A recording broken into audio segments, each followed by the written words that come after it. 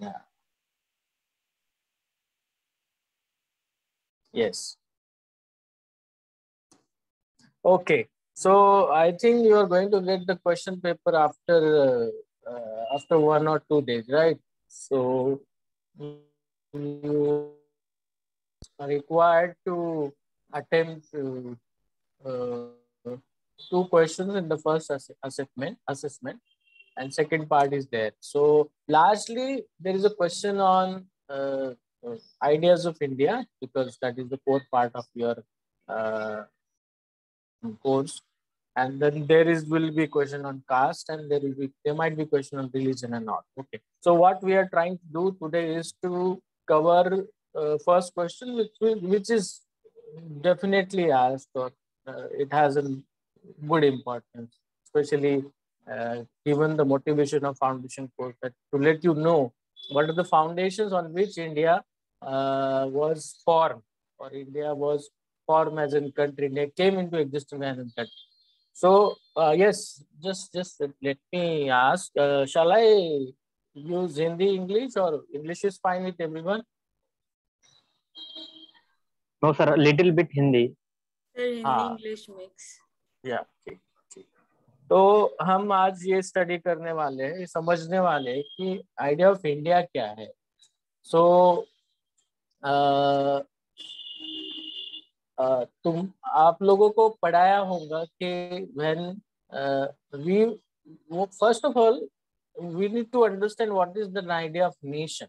India is just a name. So what is a nation? When does nation come into existence? एक देश कब बनता है? तो उसके लिए क्या फाउंडेशंस होते हैं, क्या क्या क्या रिक्वायरमेंट्स होते हैं in order to form a nation? और इंडिया देश था क्या? where we a country? Was India a country? Did it exist as a country, or it came into existence in 1947? Bharat नाम का देश 1947 को came into existence, because before that we were never a nation.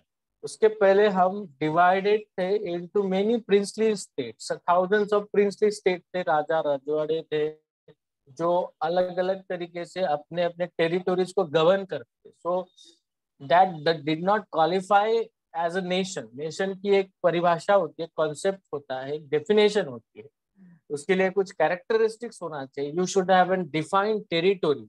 आपका एक defined territory होना चाहिए, प्रदेश होना चाहिए जिसमें बॉर्डर होता है and it is defined. then you should have a particular language. Like language is one of the core element or determinants of nation. एक लैंग्वेज होनी चाहिए, या फिर लार्जली कभी कभी मल्टीलिंगुअल देश भी हो सकते हैं, जैसे India is a multilingual country. Okay, Switzerland is a multilingual country जहाँ पे अनेक भाषा बोली जाती है लेकिन देश एक होता है। whereas German is a single language country जहाँ पे एक भाषा का ज्यादा चलन होता है। So similar is the case with USA also, because English is the only language that is spoken there. But you also have a country or a nation that is that speaks more than one language. So India is that kind of nation. And third most important element or determinants of nation uh, is that we should have a feeling of oneness. Okay, that we are one. So when do we feel united, especially about India? When there is an external aggression. जब हमारे हम occasionally united feel करते हैं. I don't know whether we practice our Indianness on an everyday basis. हम रोज Indianness practice करते हैं. I don't know. I'm not sure about it. But we practice and we memorize it on the occasion of 15th of August, 26th of January, and when there is an India-Pakistan match, and when there is something externally happening, China killing or invading us or doing war with us, then only we become united as an Indian, and then we fight together. So that Indianness is awakened when there is a threat to our idea of India or idea of Indianness itself.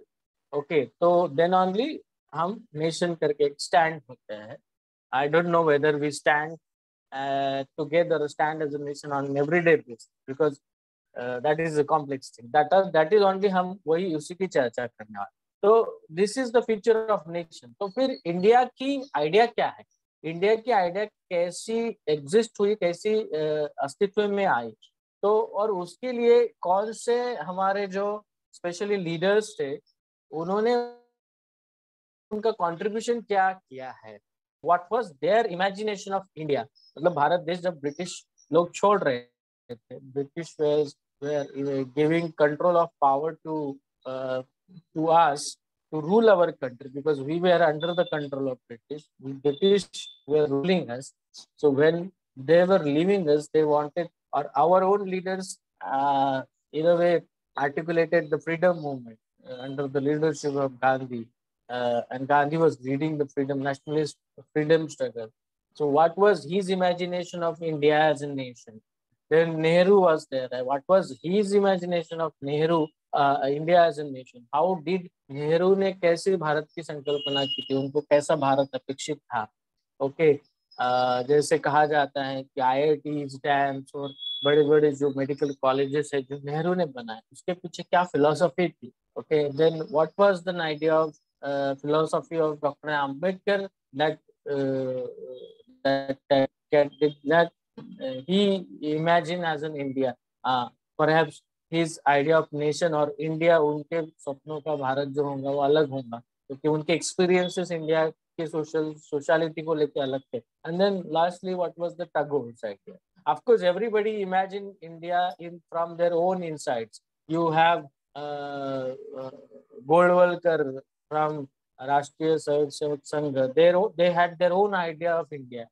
They wanted to have a Hindu Rashtra, whereas Gandhi or Nehru did not wanted to have a completely Hindu Rashtra. They wanted to have a secular India, wherein her religion, अनेक अनेक भाषा प्रांत के लोग एक साथ रह सकते, not necessarily that you have to be Hindu to be an Indian citizen. Dr. Ambedkar followed the same thing. Tagore also same. So we had a similar set of ideas that existed parallelly, but these four ideas, or let's say these 3 to 4 5 leaders has a prominent thought that how India should look like, okay, or on what foundation we should build the country, because we did not even have democracy before we started. Okay, so it was largely a king ruling the particular region. Okay, so am I clear so far? Like, is there an interruption? My sound is clear? Yes, sir. Yes, sir. Yes, Yes, sir. My language is clear. Is it Yes, becoming sir. too hard? Because this is the foundation, this is a remedial class, so I don't want to use the same language that is used in your classes. So we will, the purpose of this class is to give you conceptual clarity so that you can write your answers, make your answers on your own and with your own innovations and creativity. Okay, so yes, that is what we are thinking. So yeah, so what was the Gandhi's idea of nation? तो गांधी जी के बारे में जब भी बोला जाता है कि गांधी जी ने इंडिया का, भारत का जो संकल्पना जो थी, his idea of India was largely derived from an village based social civilization. Okay, okay, so और कोई भी नेशन बनने के लिए एक अपना इनहेरेंट सिविलाइजेशनल स्ट्रेंथ होना चाहिए. Okay, this is the first page, no, just beyond the question. So civilizational strength बोले तो अपना inheritance क्या होता है, what we have inherited, हमने, हमारा वारसा क्या है, हमारा inheritance क्या है, उसके आधार पर अगर हम अपना देश बनाते हैं तो वो it is always that is the norm. So western civilization का जो आइडिया था, western countries कैसे बने. Okay, nation, the idea of nation first came into existence in Western Europe, जहाँ पे पहले church था, then church got disintegrated, and then you have a what you call rise of different nations. Okay, this is Britain and France. Okay, these all nations came into existence. Okay, so हमारा civilizational strength, हमारे leaders ने क्या, तो according to Gandhi, village was our civilizational strength, whereas in Western Europe, city was a main modern civilisational strength. Okay, city उधर शहर को ज्यादा importance मिला था क्योंकि शहरों में इंडस्ट्रियल रिवोल्यूशन हुई थी और बहुत सारा जो प्रोग्रेस और सोशल रिफॉर्म जो हुआ था, it happened in cities in Europe, not necessarily in villages. Whereas in Indian social formation जो था उसका की एलिमेंट जो था वो विलेज था। दैट्स व्हाई गांधी जी का जो ग्राम स्वराज जो है, तो India will be a republic of villages. Okay, हमारा जो देश होगा वो विलेजेस का रिपब्लिक होगा and village should be the centre point of our socio political formation. हमारी जो भी राजकीय और सामाजिक हम स्ट्रक्चर बना रहे हैं, village should be the centre point of it. And whatever we have in village, जो भी गवर्निंग स्ट्रक्चर था, जो भी गवर्निंग प्रिंसिपल जो विलेज का था, जो भी पंचायत थी, उसके आधार पर हमारे देश भारत की संरचना होनी चाहिए। India should govern like that. Okay, so that was the Gandhi's idea. And then what was he referring? Okay, so and which was largely rooted in his idea of Ram Rajya. So what he was conceiving as a Ram Rajya, Gandhi ki Ram Rajya idea kaisi thi? Was it based on some god, or was it based on some of the principles that inform the formation of India or nation making? Okay, so Gandhi saw कि Gandhi actually compared the Western nations and India as its own nation. Okay, कि which is good model for us. So he was aware of the Italy में क्या हुआ था, fascism Italy में आया था. After it devolved into a nation. Then you had an example of Germany where Nazis had a very brutal rule. So and Gandhi was in a way for peace. Okay, so he wanted to have such system or such socio-political system जहाँ पे less violence. Okay, so what was the Gandhi's idea of Ram Rajya?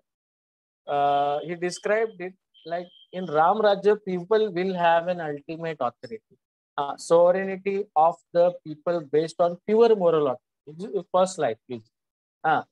First slide, second point. So what was the Ram Rajya की रचना कैसे होगी? What will be the nature of Ram Rajya? What will be the guiding principle of Ram Rajya? तो guiding principle होगा कि we will practice moral authority. Okay, so नैतिकता के आधार के ऊपर and sovereignty of the people. People will have sovereignty, but their mind should be purified. They should not be, they should not carry moral burden or immoral thoughts in their mind. Then only they are able to govern me. So what Ram Rajya or Gram Raj? Okay, let me clear this point. When he was imagining Gram Raj or Gram Swaraj, it is largely, you can, in other words, you can also say it is Ram Raj, because his idea of Ram was something rooted in village. Okay, because he considered Ram as an ideal person, able to think about it or able to govern the population, जो अच्छा राज चला सके.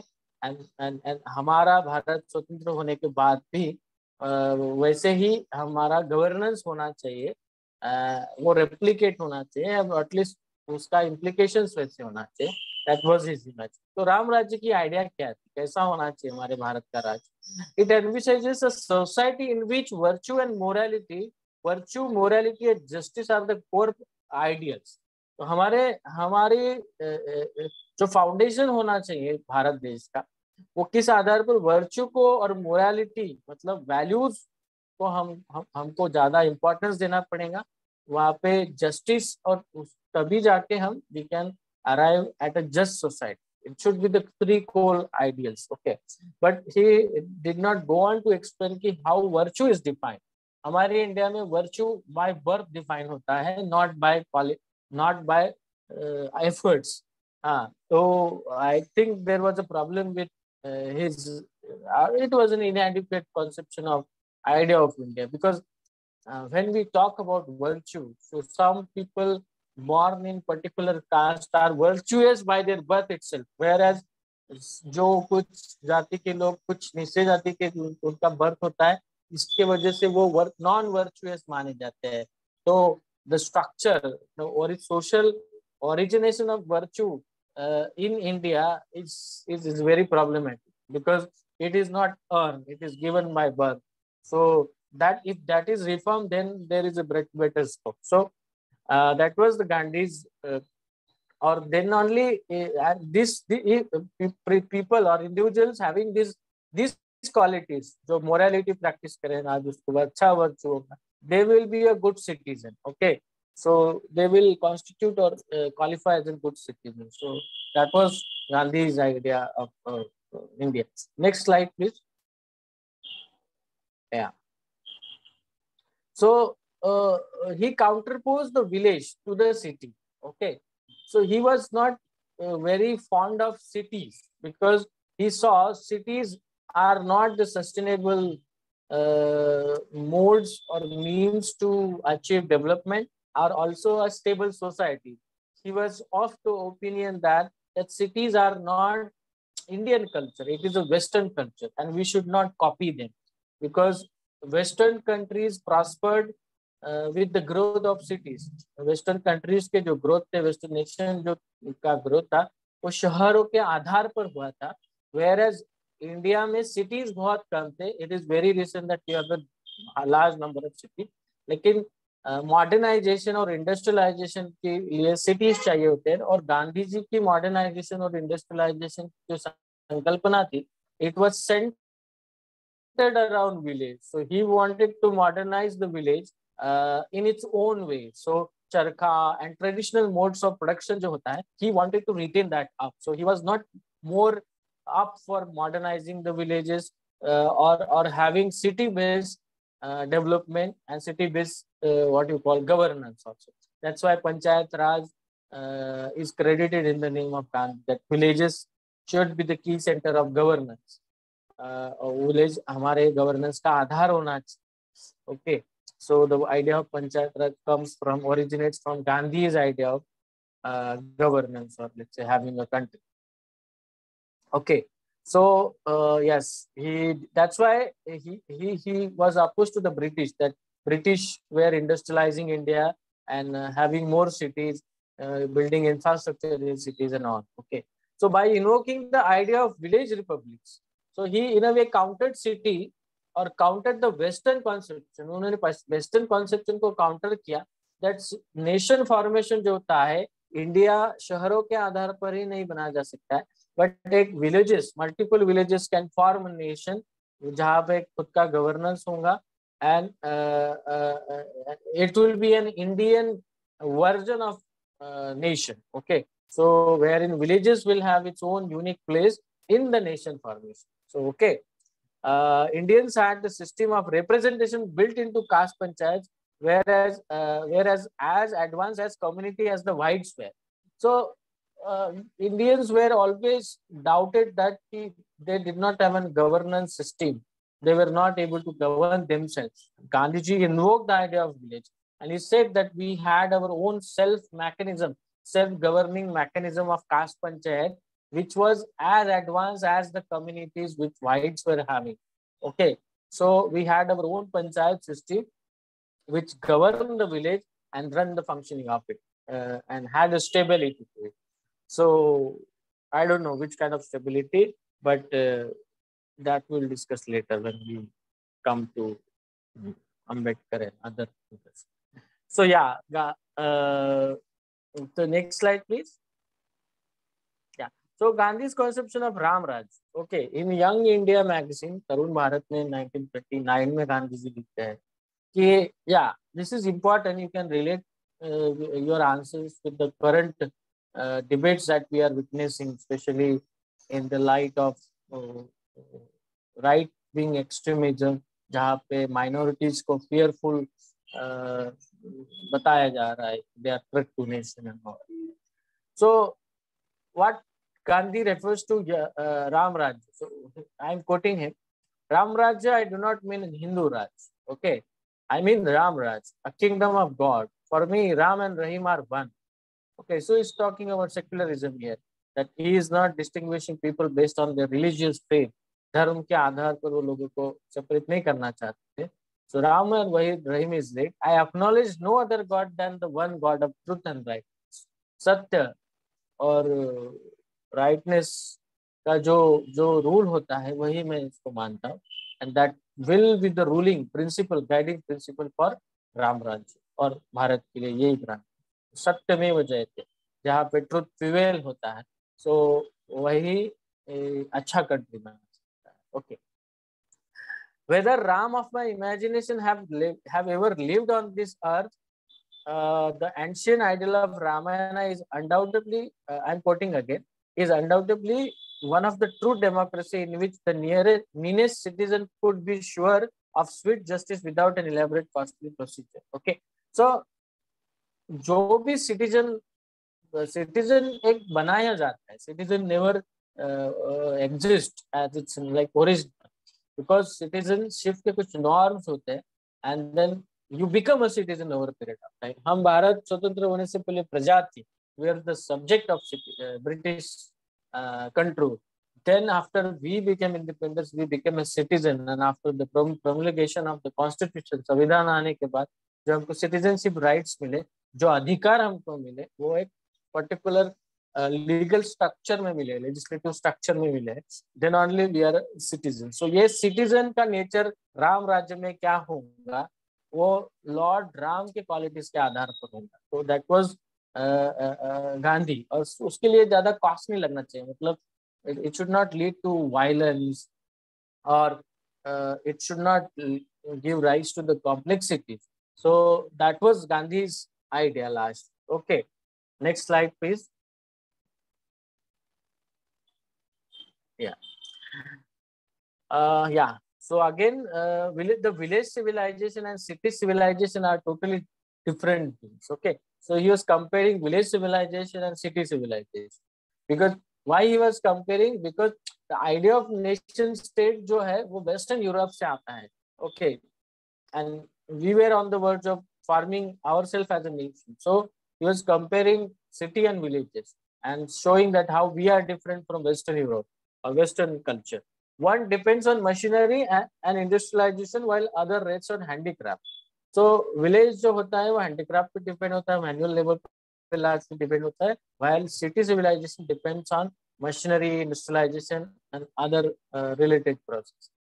We have given preference to later. जब when we were in the control of British, जब हम British के control में थे, हमने एक सिटी बेस्ड ग्रोथ और सिटी बेस्ड सोशल फॉर्मेशन और सोशो पॉलिटिकल फॉर्मेशन को ज्यादा प्रेफरेंस दिया था. After all, this industrialization and large scale production are only comparatively of recent growth. Okay, we do not know how far it has contributed to our development and happiness. So Gandhi was telling us, we are not sure about that how far this industrialization, ये शहरों की जो संकल्पना है या British लोगों ने जो हमारे साथ डेवलपमेंट को जो इंट्रोड्यूस किया है, ये इसने हमारा हैप्पीनेस और डेवलपमेंट को कितना कंट्रीब्यूट किया, that we don't know. But we know this much that it has brought in its wake the recent world wars. लेकिन development कितना किया है पता नहीं, लेकिन it has caused to a violence. So there was parallelly world wars happening. British and other Western powers were fighting among themselves. ये सब हो रहा था. So that was Gandhi was concerned कि हमारा भी आधार ये अगर होगा तो we will also end up sometime as in being a violent country or whatever. Our country was never so unhappy and miserable as it is present today. Okay, so when after the British control, or when we were under the British control, Gandhi saw us like very unhappy and miserable because of their own strategy. Okay, in cities people may be getting big profits and good wages. शहरों में लोगों को अच्छे profits मिल सकते हैं, wages मिल सकते हैं, but all that has become possible by sucking the blood of villages. So शहर has become the centers of growth because it has exploited villages, it has exploited village labor, it has exploited village resources, and then only it has been able to stand itself on the basis of that. So largely Gandhi's imagination of India was derived from village and based on village, wherein he saw the socio-political structures in village as a stable structure, and also the governing principles in the village existed. And what was the governing principle of village?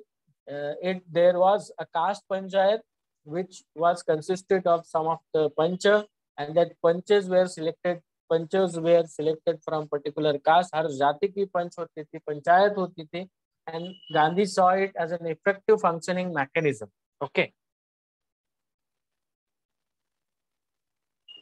And on this basis, we should inform our nation making. So this was the Gandhi's idea of India. Okay. ये आधार पर, ये foundations पर हमने भारत की रचना करनी चाहिए, भारत बनाना चाहिए, ये सोचते थे. So far clear? Any doubt?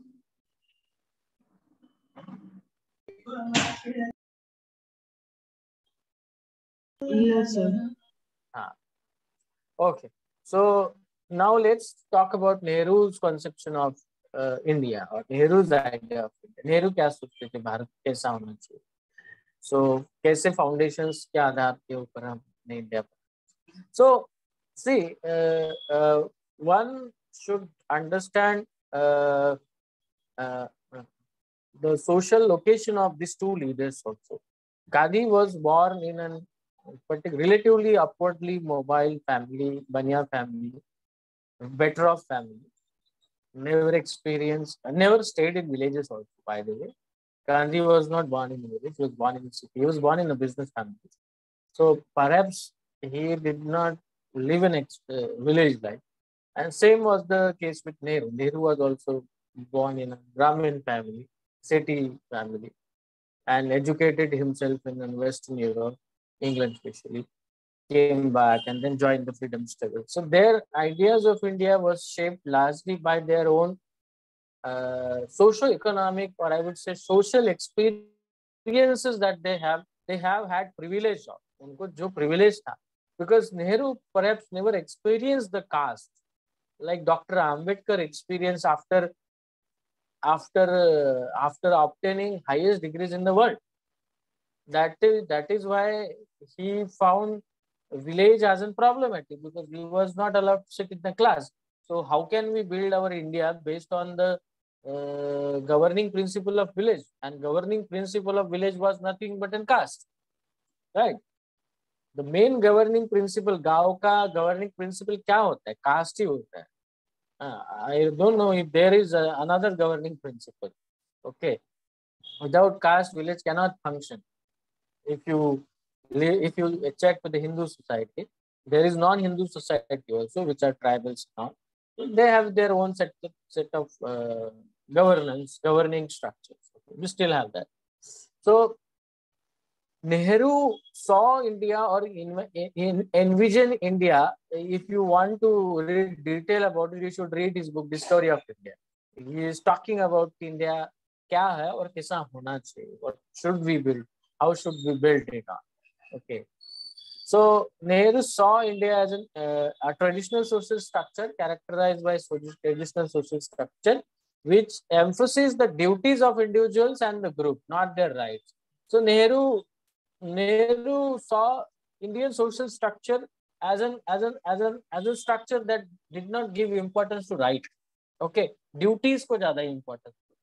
Or duties were defined in the religious shastras, that untouchables should do these, Shudras should do these, and Brahmin should do these, and Vaishyas should do. These were the duties.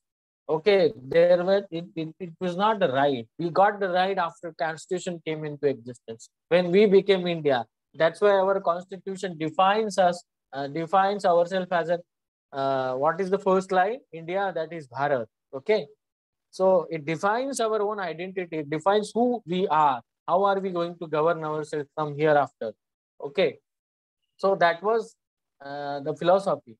So Nehru saw social structure as a duty-based structure, which gave importance to group, not as an individual. Okay, so group stability जो थी वो important थी, community stability important थी, और community stabilize करने के लिए जो तुमको traditional institutions होते हैं, जैसे caste है, क्लास है या रिलीजियस नॉर्म्स होते हैं, उनको छोड़ना नहीं पड़ता है, उनको हाथ नहीं लगाना पड़ता है. ओके, सो राइट कॉन्शियसनेस कम था.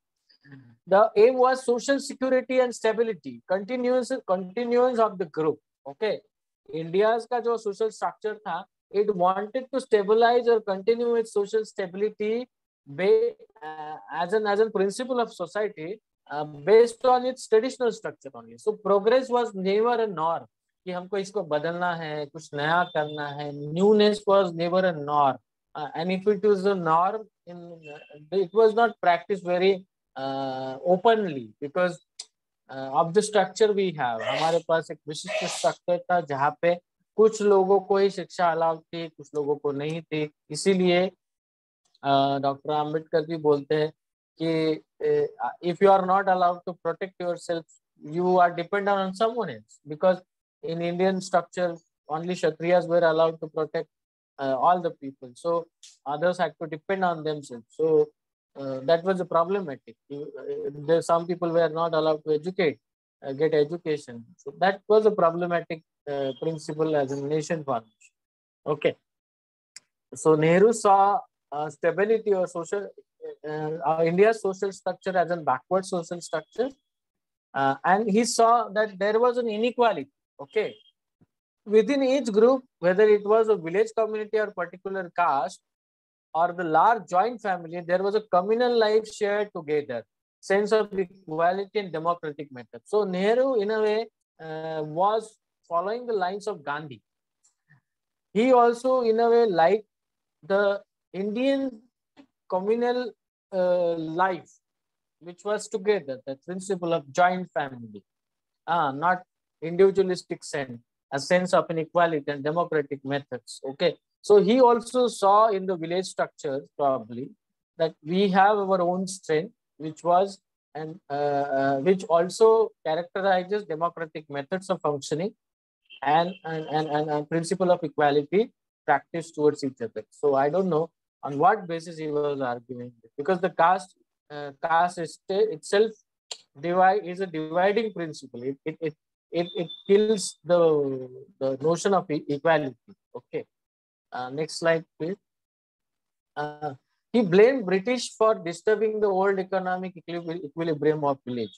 So he, in a way, accuses British for disturbing the economic base of India and plundering lot of wealth to Western Europe, particularly British. So many scholars have written about. बहुत सारे लोगों ने उस पे लिखा है कि भारत की लूट, सोने की चिड़िया से लेके भारत गरीब देश कैसा बना. So I don't know what सोने की चिड़िया जब इंडिया था तो क्या हमारा सोशलिटी क्या था, ये सब ये भी हमको देखना चाहिए, नॉट ओनली इकोनॉमी. और मतलब if you were a सोने की चिड़िया, then untouchables were not allowed to drink water, then what kind of सोने की चिड़िया you are talking about?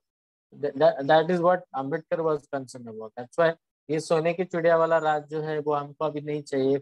It does not grant us an equality. It does not recognize us an equal citizen in equal worth, not based on birth.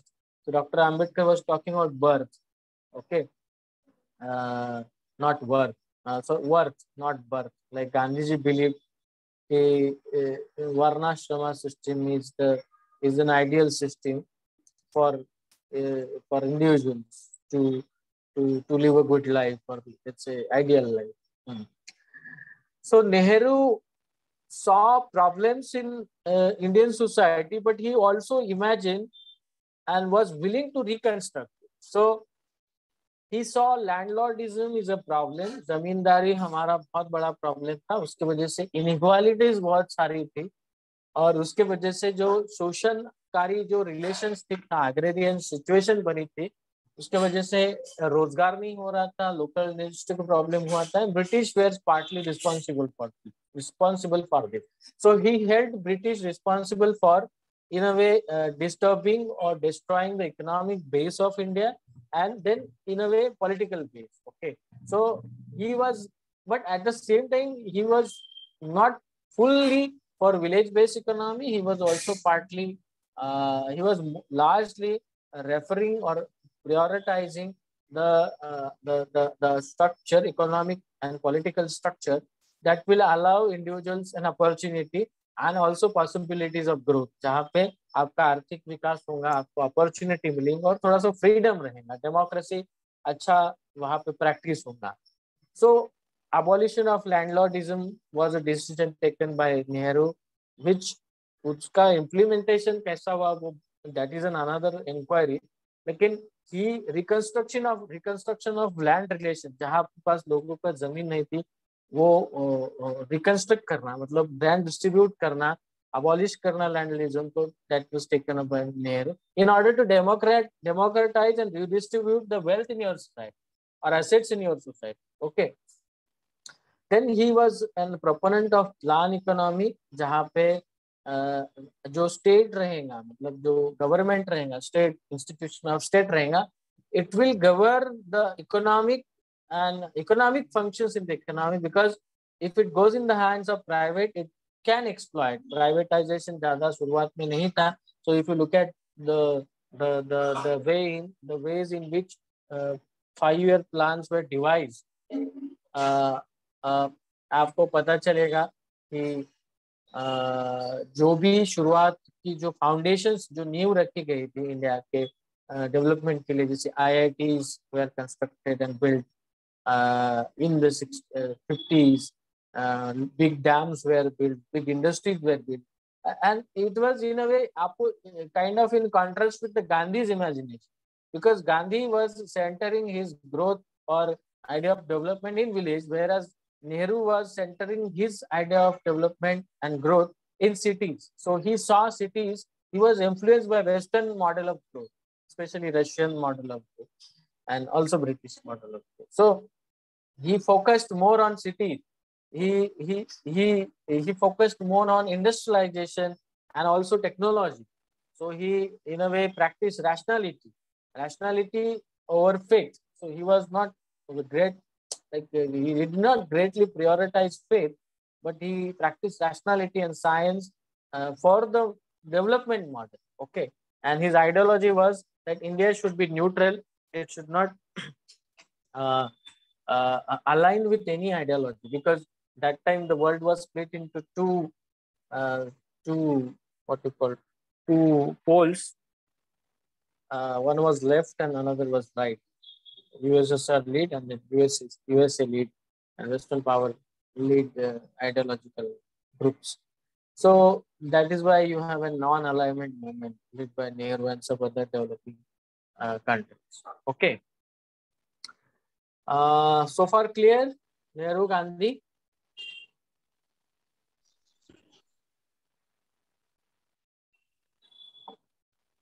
So let's come to Ambedkar. So what was the idea of Ambedkar? Ambedkar was a very strong and vehement critique of Nehru and Gandhi's idea. Especially, he had his idea originated from his own set of experiences, which was a brutal experiences of caste humiliation. And Gandhi saw that Ambedkar especially realized that without dignity and self-respect, you cannot build a nation. Caste is the major problem. Village republics have no contribution other than ruining the India. Okay, so why he was talking like this? क्यों ऐसे बाबा साहब बात कर रहे थे? तो बाबा साहब गांधी जैसे विलेज को अच्छा मानते हैं, उसके स्ट्रक्चरल फंक्शनिंग को अच्छा मानते हैं, आइडियल मानते हैं, जिसे बाबा साहब नहीं मानते हैं. बाबा साहब says, Dr. Ambedkar says, I hold that the village republics have been the ruination of. गाँव ने सिर्फ भारत को बर्बाद किया है. What is the village? Village क्या है? But it is nothing but a sink of localism, den of ignorance, narrow-mindedness, and communalism.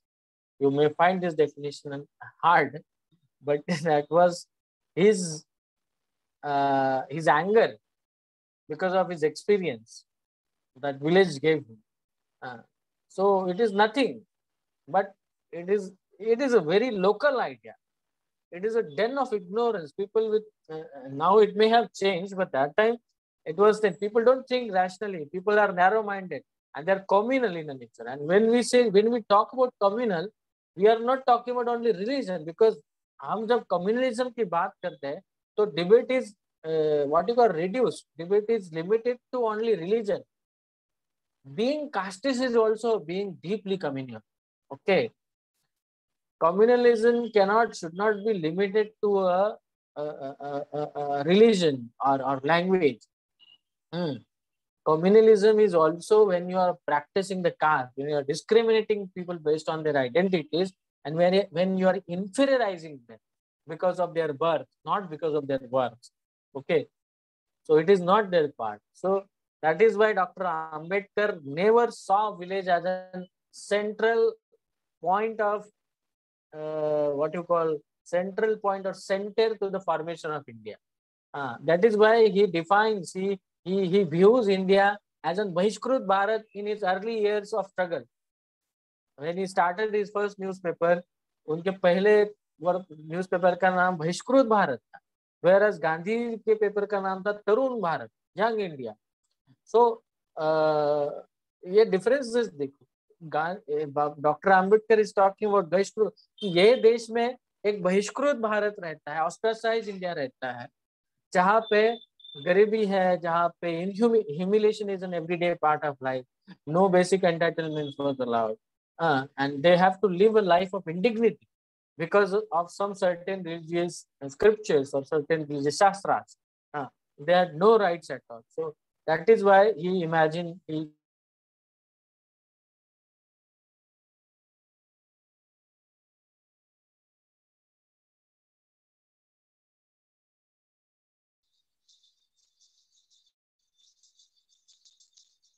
Hello.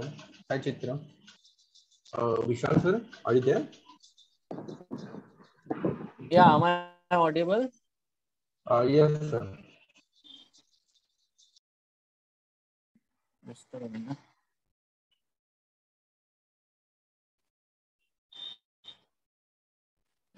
Some network problem.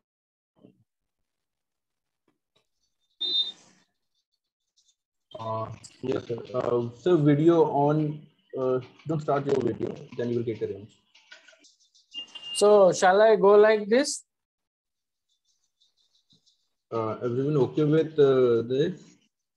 Yes, sir. You can You continue. need Yes, to sir. see No me. problem. Yes, sir. Yes, sir. Yes, sir. Yes, sir. No problem. Yes, sir. So yes, Dr. Ambedkar has a different conception of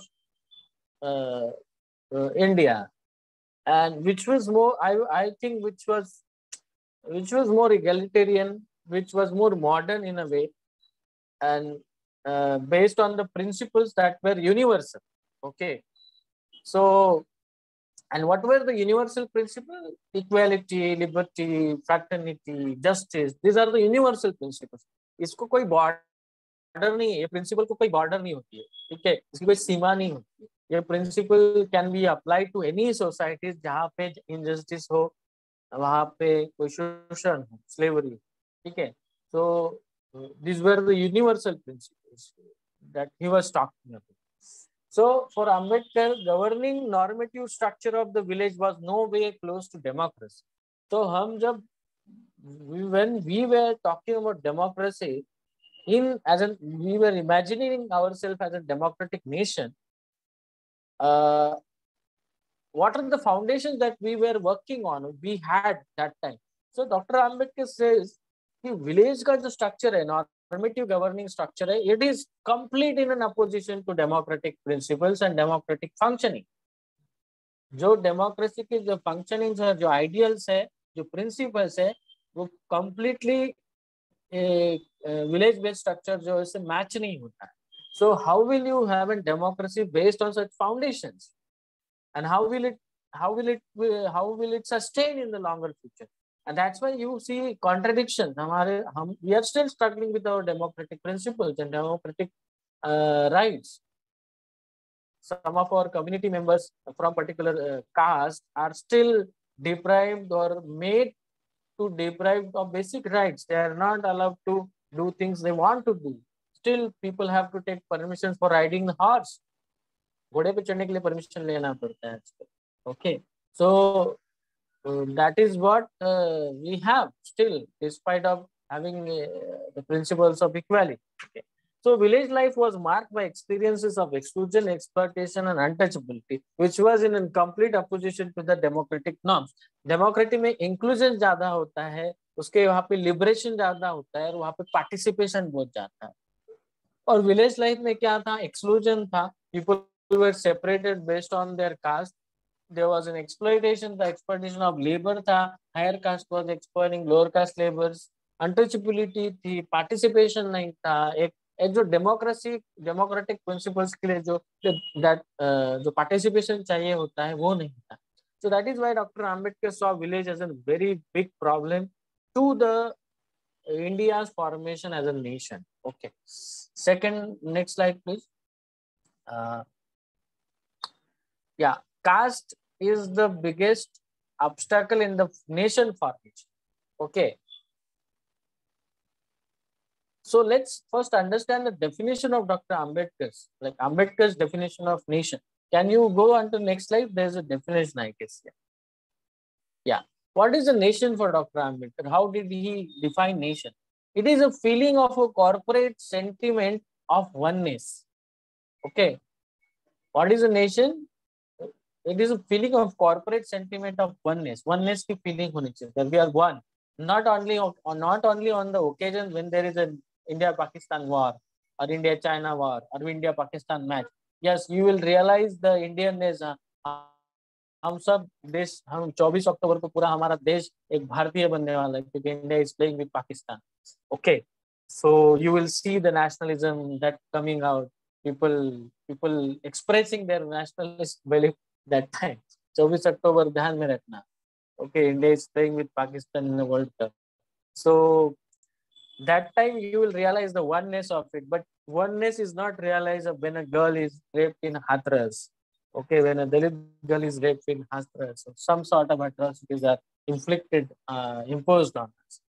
Okay, it is a feeling of sentiment of oneness which makes those who are charged with it feel that they are kith and kin. So that feeling of oneness is combined. It leads to the feeling that you are kith and kin to each other. It is, you are not different to each other. You are kith and kin. You are connected by some bond. Okay. The national feeling is doable, a double-edged feeling. Okay. It is a double-edged feeling that you feel that I am Indian, I am American. It is a double-edged feeling. It is at once a feeling of fellowship for one's own kith and kin. ये double as feeling जैसा है. क्यों है? At the same time you feel good for your own किथ and किन. आपके खुद के देशवासियों के बारे में आपको अच्छा लगता है, but at the same time दूसरे देश के लोगों के बारे में आपको जरूरी नहीं कि अच्छा लगा. At the same time anti fellowship feeling for those who are not one's own kith and kin. So you will not love Pakistani necessarily. You may like Indians. You will not like Chinese necessarily. You will not like Americans necessarily. Or Americans may not like Indians necessarily. So that is the idea of nation, that oneness has a problem also. And national feeling is a double-edged feeling, that you may have a feeling of fellowship, brotherhood, sisterhood towards your own citizens, but not necessarily to the people living across the border, let's say. Okay. It is a longing to belong to one's own group and longing not to belong to any other group. मतलब you feel that you belong to one own group and do not belong to other. You don't belong to China. You don't belong to their culture. You don't belong to any other country. Okay? So it's a belonging bhavana. The essence of what is called nationality and national feeling. इसकी nationality के पीछे यही भावना होती है. You feel one. You feel belonging. You feel like belonging to someone or something. The longing to belong one's kindred as said, subjective psychological feeling. What is important to bear in mind is that the longing to belong to one's own kindred is a quite independent of geography, culture, economic and social form. ये सिर्फ definition मैं आपको quote कर रहा हूँ, थोड़ा complicated है, but the large crux of this definition is that that one feeling of oneness is also a psychological feeling and it is a subjective feeling. It is not necessarily a collective feeling. It is a collective feeling, but it is a subjective feeling also.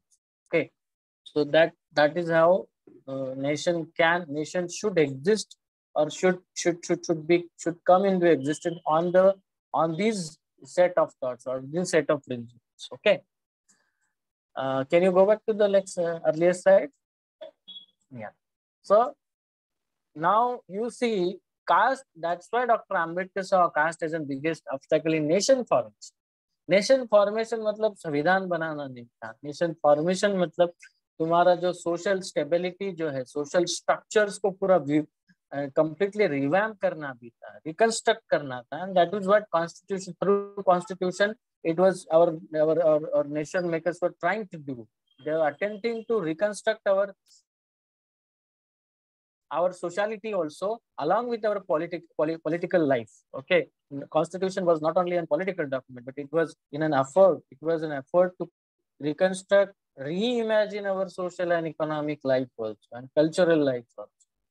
Okay, so that is why caste is the biggest obstacle in the nation formation, because caste divides people, and when there is a division there is no unity, and when there is no unity there is no nation, because nation requires unity.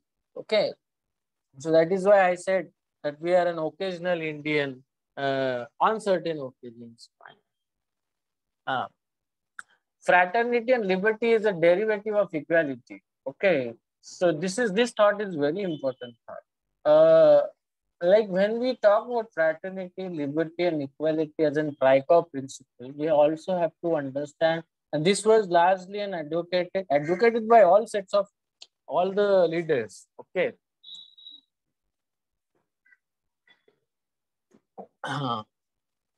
But equality is the main principle through which these other principles come into effect. Or it is not what you call a liberty cannot exist if there is no equality. Okay, so if there is equality, you can experience liberty.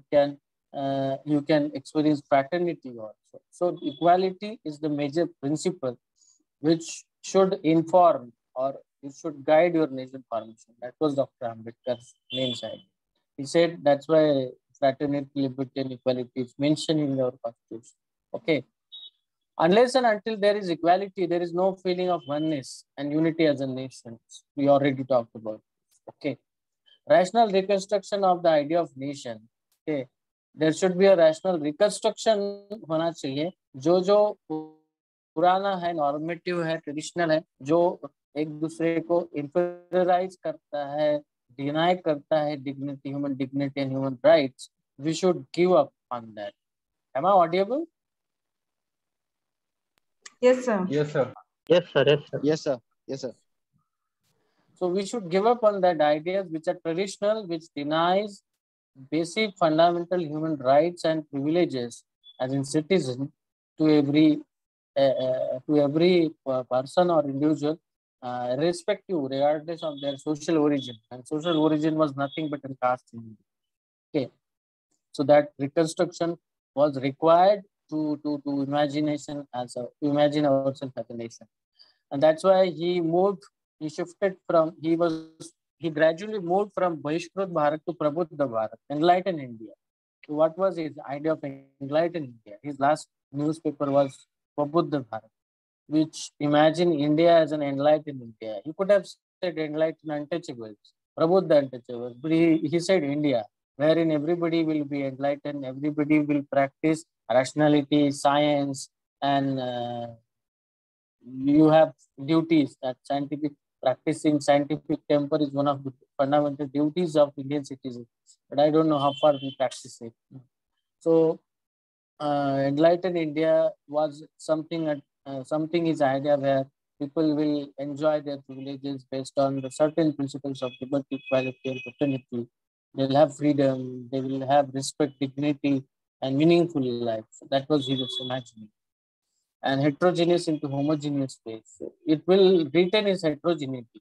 Nowadays, there is an effort which is being made that only homogeneous, so only one idea of India, Hindu idea of India, Hindu राष्ट्र की संकल्पना हमारे पर impose की जा रही है, या फिर जो हिंदू राष्ट्र की संकल्पना है क्या है, we should understand. So we are heterogeneous in nation. एक भाषा का हमारे ऊपर ज्यादा इंसिस्ट किया जाता है, और sometimes I also feel bad that I can't speak other language because Hindi, yes, Hindi is spoken by most of the people, but that should not be the alternative. We should always find a language that or a medium through which we can communicate to maximum number of people. Because if I speak in Hindi, if there are South Indian people in this, they may not necessarily understand what I am speaking. Yes, it is always a problematic when there is an heterogeneity. So we have to be conscious while articulating around about it. So this was largely a feeling of philosophy of Dr. Ambedkar, his own imagination of the idea of India. So he was imagining India around these principles, okay, around these problems that how should we formulate our nation. We should get rid of caste. We should follow scientific rationality. We should reconstruct our beliefs. We should give up what is traditional and exploitative and discriminatory.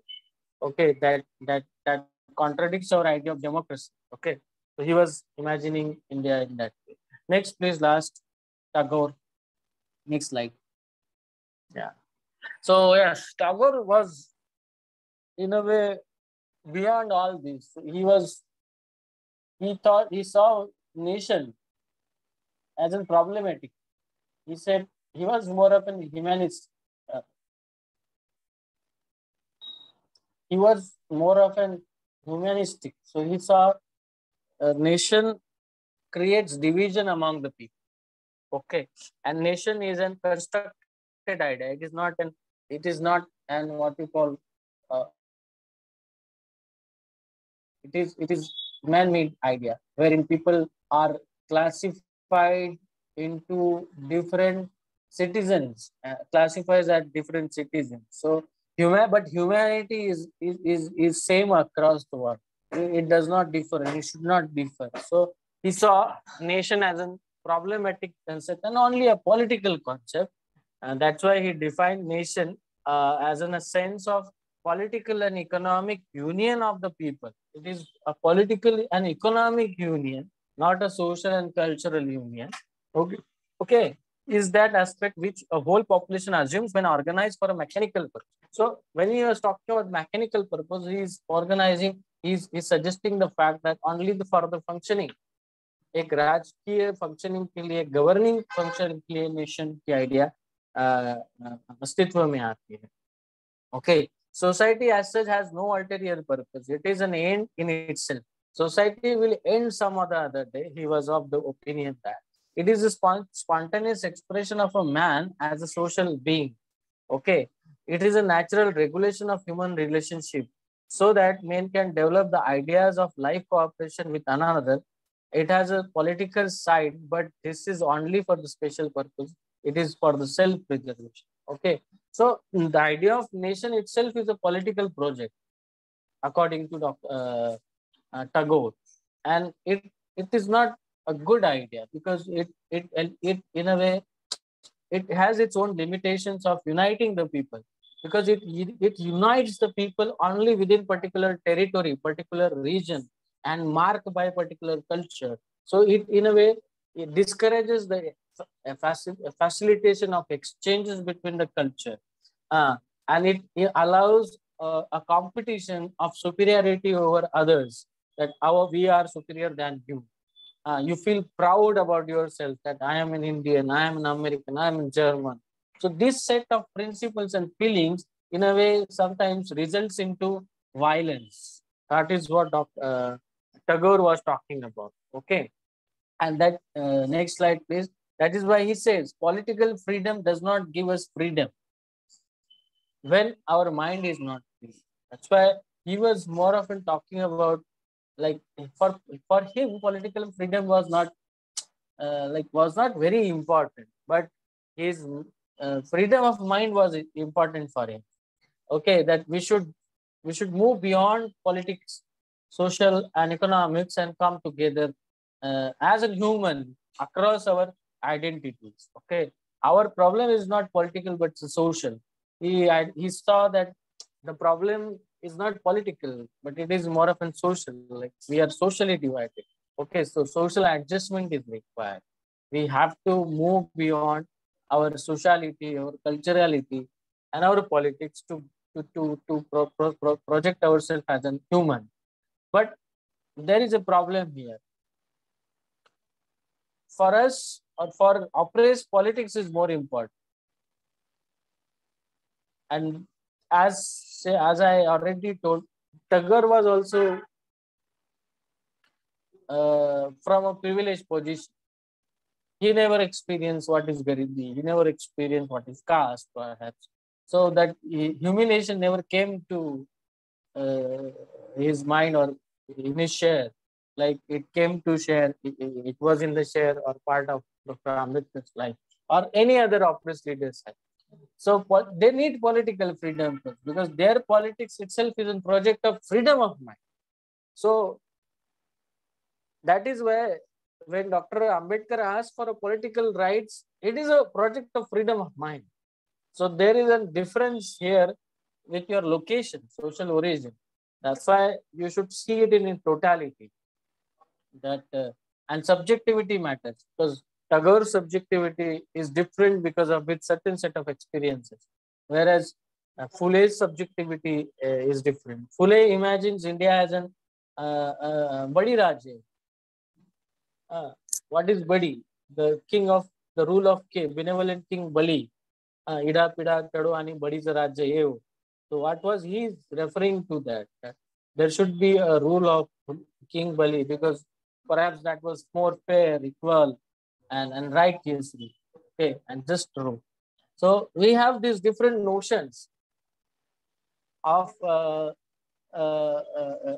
you call different conception and imagination of India from these main four leaders, okay, or which played a very crucial or vital role in the nationalist freedom struggle, in formation of our India. Dr. Ambedkar was a chief architect of Indian Constitution. Gandhi was leading the freedom struggle. Nehru was playing a role as in prime minister, economic sphere. He had his own set of ideas. And Tagore was playing a different role. So what you have to do is to draw insights from their ideas and build your answers and prepare your answers. I think I'm done. If you have questions, we can talk.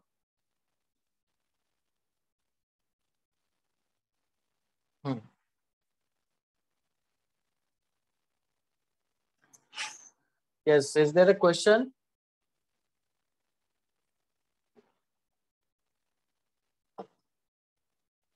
Am I audible? Yes, sir. Yes, sir. So, do we have question? Saurabh has raised his hand. Yes, Saurabh, you can unmute and ask question. Yes, sir. Thank you, sir. Thank you, sir, for organizing, the meet, sir. Sir, my question is, sir, essay कैसे लिखना है? I'm not familiar with to write down the essay. Any framework can you suggest? How many words you are supposed to write?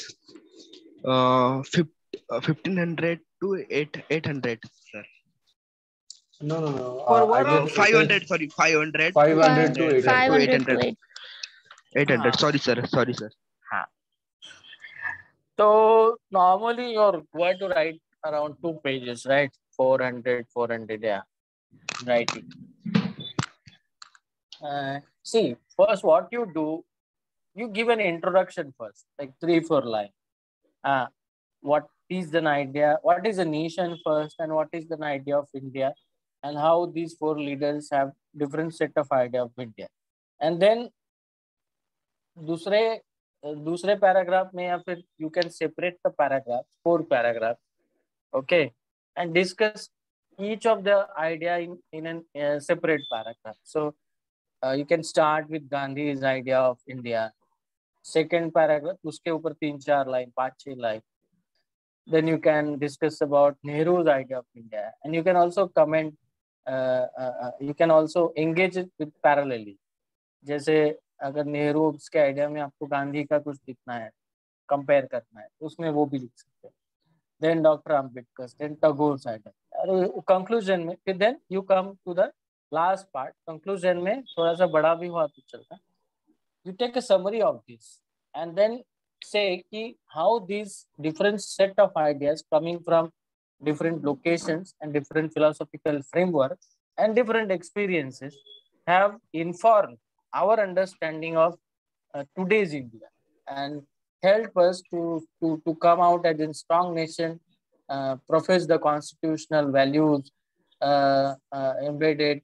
और जो आज का भी अगर तुम if you can comment on today's contemporary time जहाँ पे बहुत सारे लोगों ने लिखा है कि there is a danger, the idea of India is in threat, तो कि एक विशिष्ट आइडिया हमारे ऊपर impose किए जा रही है. That you can conclude in that way also. I think that would be around 500 to 600, 700, 800 word हो जाए. ऐसा डिवाइस करो और लिखने की कोशिश करो. Yes, sir. Thank you, sir. Thank you, sir. Prashant, you can ask your question. Hello, sir. It was a nice talk. Sir, I want to ask a question. When we are writing essay on idea of India, and you just mentioned we can use the contemporary writer who writes on idea of India or nation or nationalism. So there is a one professor, his name is I think G. Aloysius, who writes his book is Nationalism Without a Nation. And there is a one research paper he published in Prabuddha paper where he talks about how idea of India is upper caste myth or something. So can we put up that point in essay or? Yes, definitely. That will impress your evaluators. Okay. No, I thought it will like sometime like India के खिलाफ बोला जा रहा है ऐसा कुछ वो थोड़ा गड़बड़ इसीलिए तो पूछ रहा. No, I think see that will I think that shows you are as an evaluator, as a teacher who will evaluate your paper will see that okay, you have taken an extra effort to prepare your answer. That will be an impressive fact first. Oh. If your teacher is biased, then you may suffer also. Okay. That you should keep in mind. If they are not biased, they will like it. You never know. You may score higher. Okay, Manish, I think Jha sir was there teaching us. So that I can't say who's there, who's not there. Okay. Thank you. These are the possibilities. If I am there, I will definitely give you good marks. Okay, so because I have seen as a student, you are making some extra effort. You are taking reference to other literature, and that is an impressive part. The impressive act as a student. You have taken extra effort. Oh, thank you, sir. Yes. So do we need to write our reflections also after in assignment? I won't say that, but if we are asked to do, then only ask, then only write. If you are asked to comment on the, let's say, summarize or draw insights from others' insight, then just give analysis. If you are asked to give your opinion, then it is better to write. Normally, you are asked, you are required to do. What do you think about? If you are asked to write, what do you think about the ideas of these thinkers? Then you give your opinion. If you are not asked, then don't give.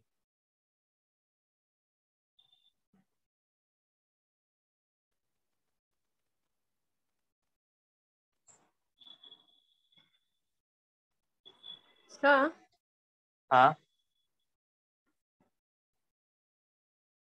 Yes.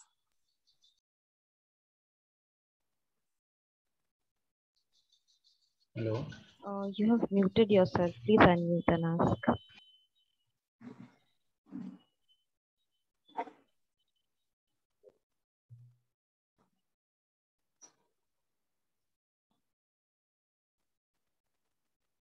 Yes, you can ask question in any language.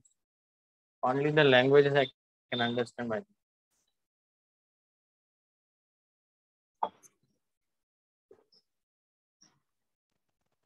Hello, sir. Yes, Yes. sir. Thank you for such an insightful session. My question is, are there any particular points that need to be covered in our assignment, or we just have to draw the summary of, for example, what was the Nehru's idea or what was the Gandhi's idea? Or there are any some particular points that has to be mentioned? Like how we need to prepare?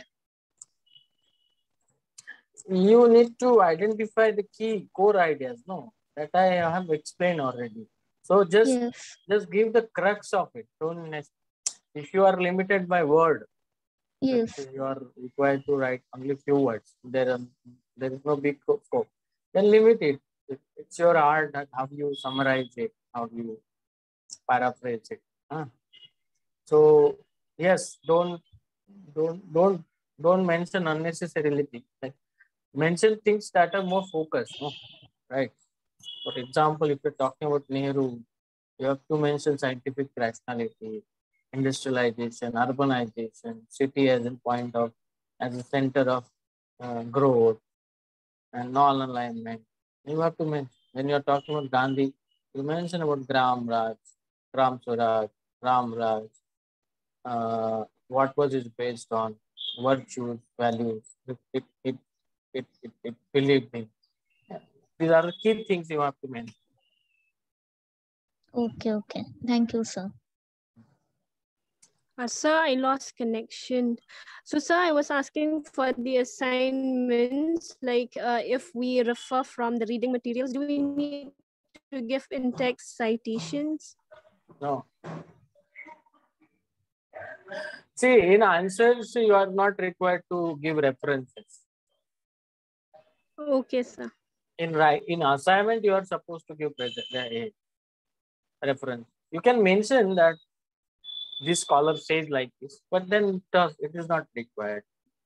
That is an advanced level of writing. And I think so far my understanding is for essay type answer question, you don't require reference. This is more of an motivation is to let you know, understand things, okay? Understand the concept and impart critical thinking in you, not to teach you academic writing. And that for academic writing, there are other courses. You will learn that. You will write dissertation for this. Okay, sir. Thank you.